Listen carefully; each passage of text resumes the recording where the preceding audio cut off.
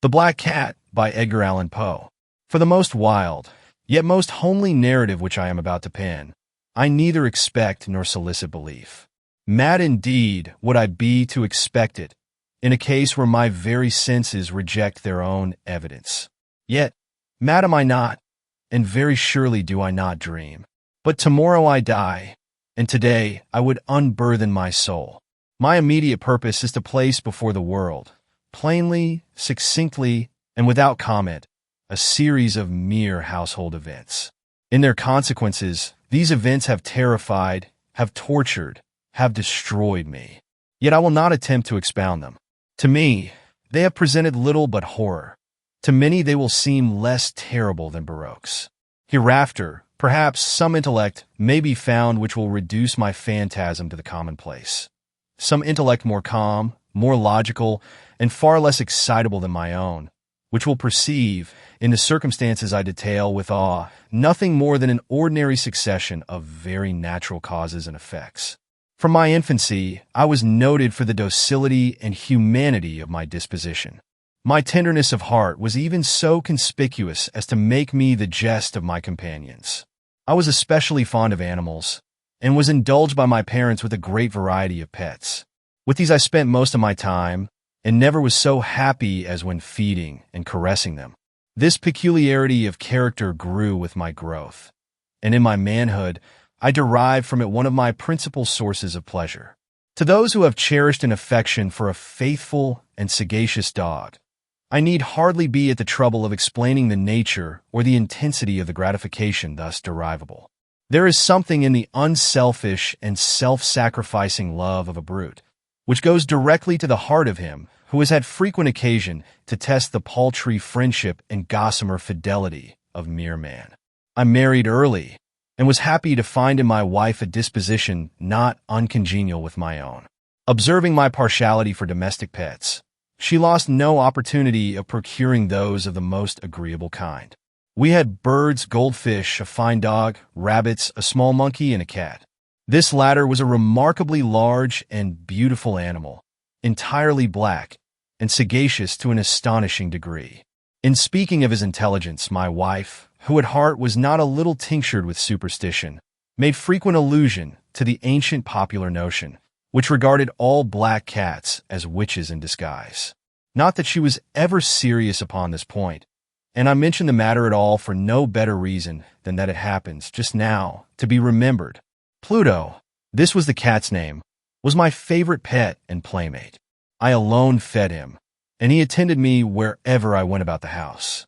It was even with difficulty that I could prevent him from following me through the streets. Our friendship lasted, in this manner, for several years, during which my general temperament and character, through the instrumentality of the fiend intemperance, had I blushed to confess it, experienced a radical alteration for the worse. I grew, day by day, more moody, more irritable, more regardless of the feelings of others. I suffered myself to use intemperate language to my wife. At length, I even offered her personal violence. My pets, of course, were made to feel the change in my disposition. I not only neglected, but ill-used them. For Pluto, however, I still retained sufficient regard to restrain me from maltreating him, as I made no scruple of maltreating the rabbits, the monkey, or even the dog, when by accident, or through affection, they came in my way. But my disease grew upon me, for what disease is like alcohol? And at length even Pluto, who was now becoming old, and consequently somewhat peevish, even Pluto began to experience the effects of my ill temper. One night, returning home, much intoxicated, from one of my haunts about town, I fancied that the cat avoided my presence. I seized him, when, in his fright at my violence, he inflicted a slight wound upon my hand with his teeth. The fury of a demon instantly possessed me. I knew myself no longer. My original soul seemed, at once, to take its flight from my body, and a more than fiendish malevolence, gin-nurtured, thrilled every fiber of my frame. I took from my waistcoat pocket a penknife, opened it, grasped the poor beast by the throat, and deliberately cut one of its eyes from the socket. I blush, I burn, I shudder, while I pen the damnable atrocity. When reason returned with the morning, when I had slept off the fumes of the night's debauch, I experienced a sentiment half of horror, half of remorse for the crime of which I had been guilty, but it was at best a feeble and equivocal feeling, and the soul remained untouched. I again plunged into excess, and soon drowned in wine all memory of the deed. In the meantime, the cat slowly recovered. The socket of the lost I presented, it is true, a frightful appearance, but he no longer appeared to suffer any pain. He went about the house as usual, but, as might be expected, fled in extreme terror at my approach. I had so much of my old heart left, as to be at first grieved by this evident dislike on the part of a creature which had once so loved me. But this feeling soon gave place to irritation, and then came, as if to my final and irrevocable overthrow, the spirit of perverseness. Of this spirit philosophy takes no account, yet I am not more sure that my soul lives than I am that perverseness is one of the primitive impulses of the human heart, one of the indivisible primary faculties or sentiments which give direction to the character of man, who has not 100 times found himself committing a vile or a silly action, for no other reason than because he knows he should not. Have we not a perpetual inclination, in the teeth of our best judgment, to violate that which is law, merely because we understand it to be such? This spirit of perverseness, I say, came to my final overthrow. It was this unfathomable longing of the soul to vex itself, to offer violence to its own nature, to do wrong for the wrong's sake only, that urged me to continue and finally to consummate the injury I had inflicted upon the unoffending brute. One morning, in cool blood, I slipped a noose about its neck and hung it to the limb of a tree, hung it with the tears streaming from my eyes and with the bitterest remorse at my heart, hung it because I knew that it had loved me, and because I felt it had given me no reason of offense, hung it because I knew that in so doing I was committing a sin, a deadly sin that would so jeopardize my immortal soul as to place it, if such a thing were possible, even beyond the reach of the infinite mercy of the most merciful and most terrible God.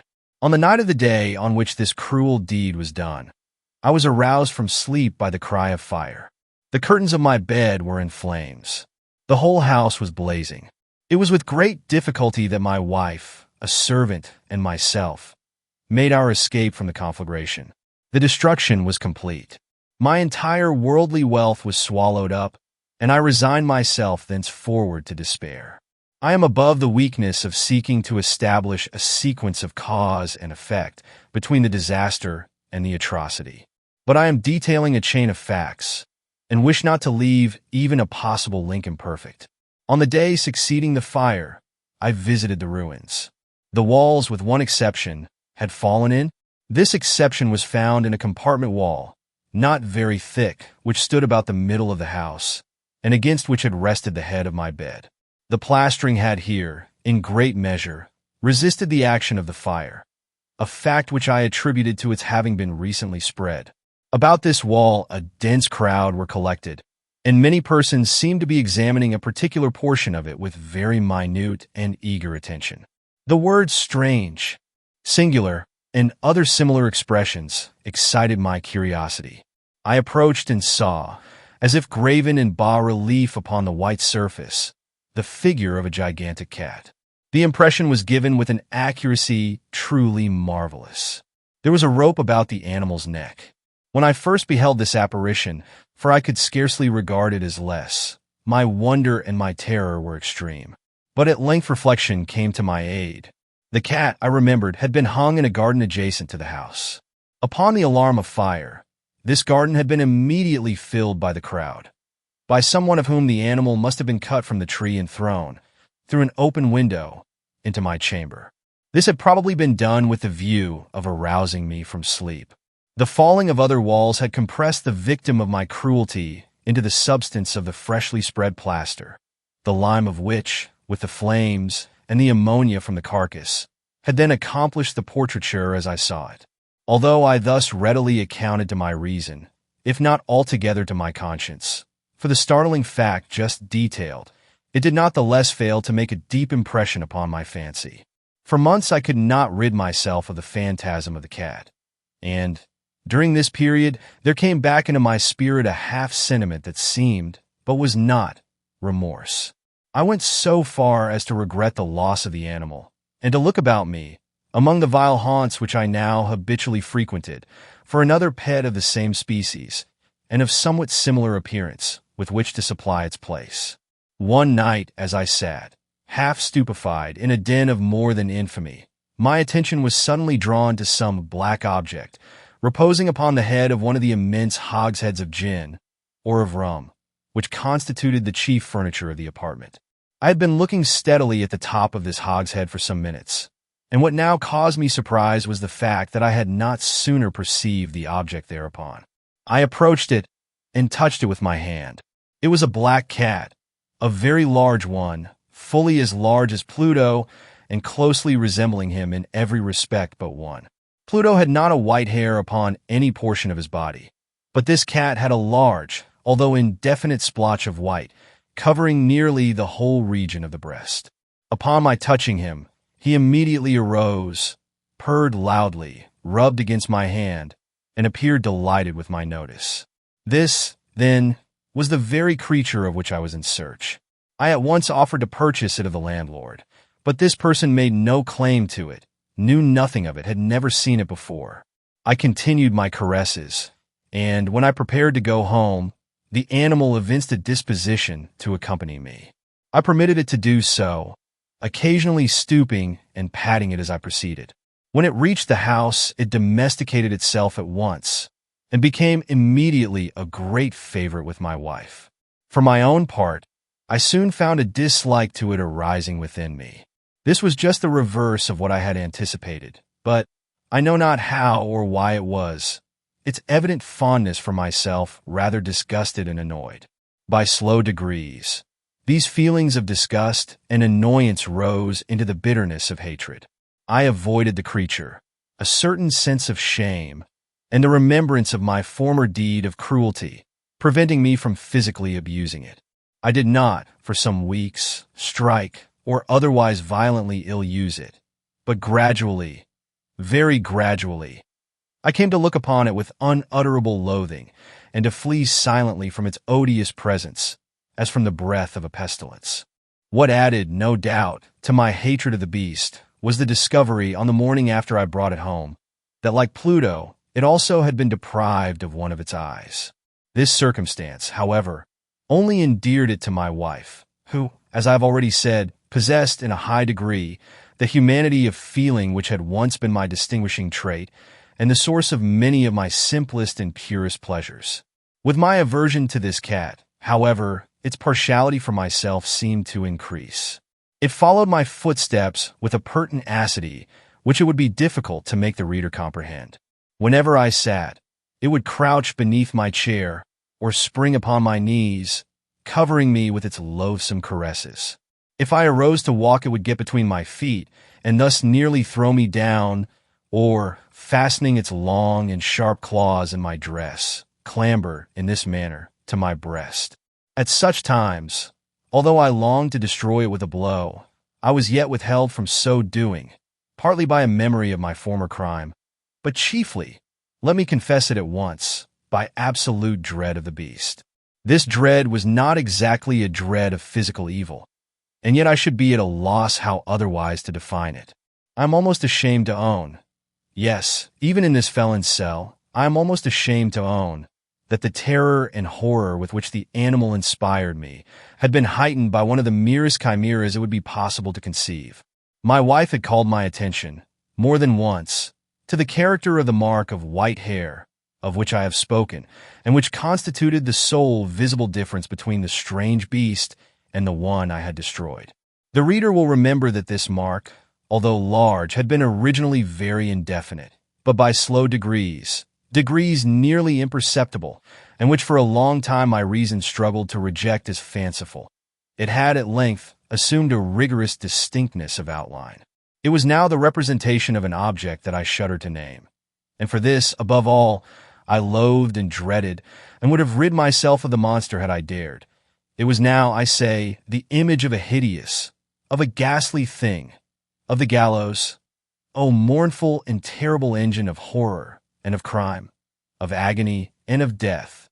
And now was I indeed wretched beyond the wretchedness of mere humanity, and a brute beast, whose fellow I had contemptuously destroyed, a brute beast to work out for me a man, fashioned in the image of the high God, so much of insufferable woe. Alas! Neither by day nor by night knew I the blessing of rest any more. During the former the creature left me no moment alone, and in the latter I started hourly from dreams of unutterable fear to find the hot breath of the thing upon my face, and its vast weight, an incarnate nightmare that I had no power to shake off, incumbent eternally upon my heart. Beneath the pressure of torments such as these, the feeble remnant of the good within me succumbed. Evil thoughts became my sole intimates, the darkest and most evil of thoughts. The moodiness of my usual temper increased to hatred of all things and of all mankind, while from the sudden, frequent, and ungovernable outbursts of a fury to which I now blindly abandoned myself, my uncomplaining wife, alas, was the most usual and the most patient of sufferers. One day she accompanied me, upon some household errand, into the cellar of the old building which our poverty compelled us to inhabit. The cat followed me down the steep stairs, and, nearly throwing me headlong, exasperated me to madness. Uplifting an axe, and forgetting, in my wrath, the childish dread which had hitherto stayed my hand, I aimed a blow at the animal which, of course, would have proved instantly fatal had it descended as I wished. But this blow was arrested by the hand of my wife. Goaded, by the interference, into a rage more than demoniacal, I withdrew my arm from her grasp and buried the axe in her brain. She fell dead upon the spot, without a groan. This hideous murder accomplished, I set myself forthwith, and with entire deliberation, to the task of concealing the body. I knew that I could not remove it from the house, either by day or by night, without the risk of being observed by the neighbors. Many projects entered my mind.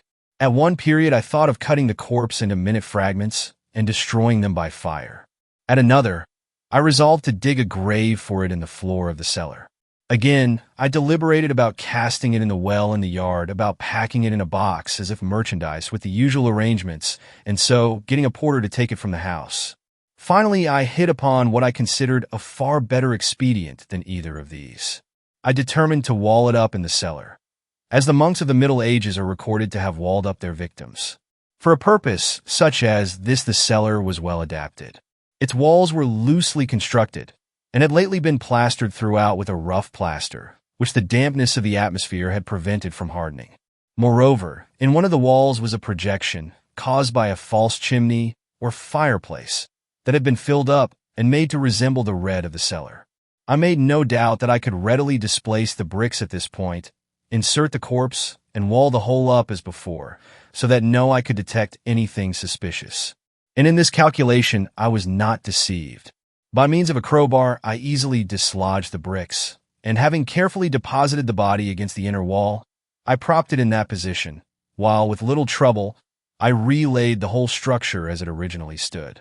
Having procured mortar, sand, and hair, with every possible precaution, I prepared a plaster which could not be distinguished from the old, and with this I very carefully went over the new brickwork. When I had finished, I felt satisfied that all was right.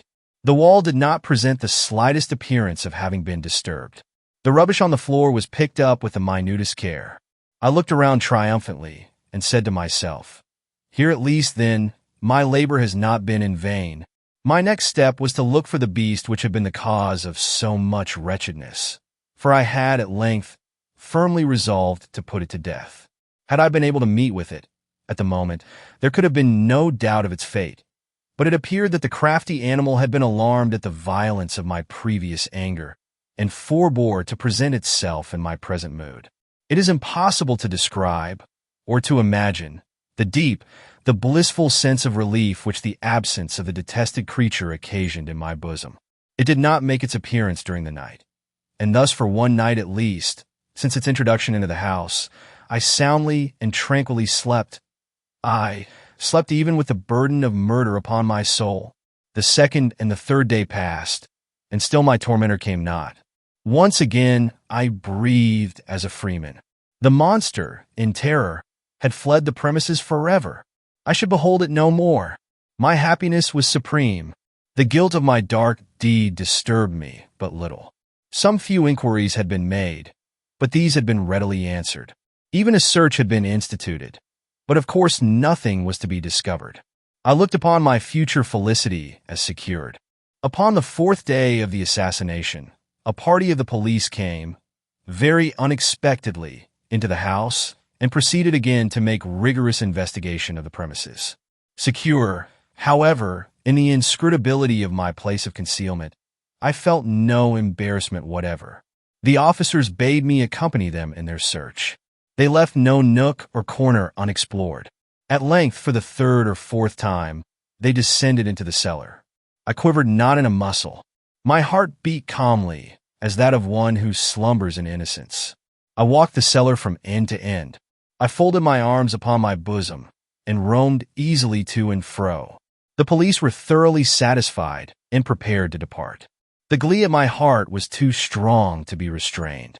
I burned to say if but one word by way of triumph, and to render doubly sure their assurance of my guiltlessness.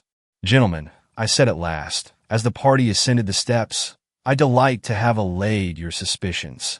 I wish you all health and a little more courtesy. By the by, gentlemen, this is a very well-constructed house. In the rabid desire to say something easily, I scarcely knew what I uttered at all. I may say an excellently well-constructed house. These walls, are you going, gentlemen? These walls are solidly put together. And here, through the mere frenzy of bravado, I rapped heavily, with a cane which I held in my hand, upon that very portion of the brickwork behind which stood the corpse of the wife of my bosom. But may God shield and deliver me from the fangs of the arch-fiend. No sooner had the reverberation of my blows sunk into silence than I was answered by a voice from within the tomb, by a cry, at first muffled and broken, like the sobbing of a child, and then quickly swelling into one long, loud, and continuous scream, utterly anomalous and inhuman, a howl, a wailing shriek, half of horror and half of triumph, such as might have arisen only out of hell, conjointly from the throats of the damned in their agony and of the demons that exult in the damnation. Of my own thoughts it is folly to speak. Swooning, I staggered to the opposite wall. For one instant the party upon the stairs remained motionless, through extremity of terror and of awe. In the next, a dozen stout arms were toiling at the wall. It fell bodily. The corpse, already greatly decayed and clotted with gore, stood erect before the eyes of the spectators. Upon its head, with red extended mouth and solitary eye of fire, sat the hideous beast whose craft had seduced me into murder, and whose informing voice had consigned me to the hangman. I had walled the monster up within the tomb,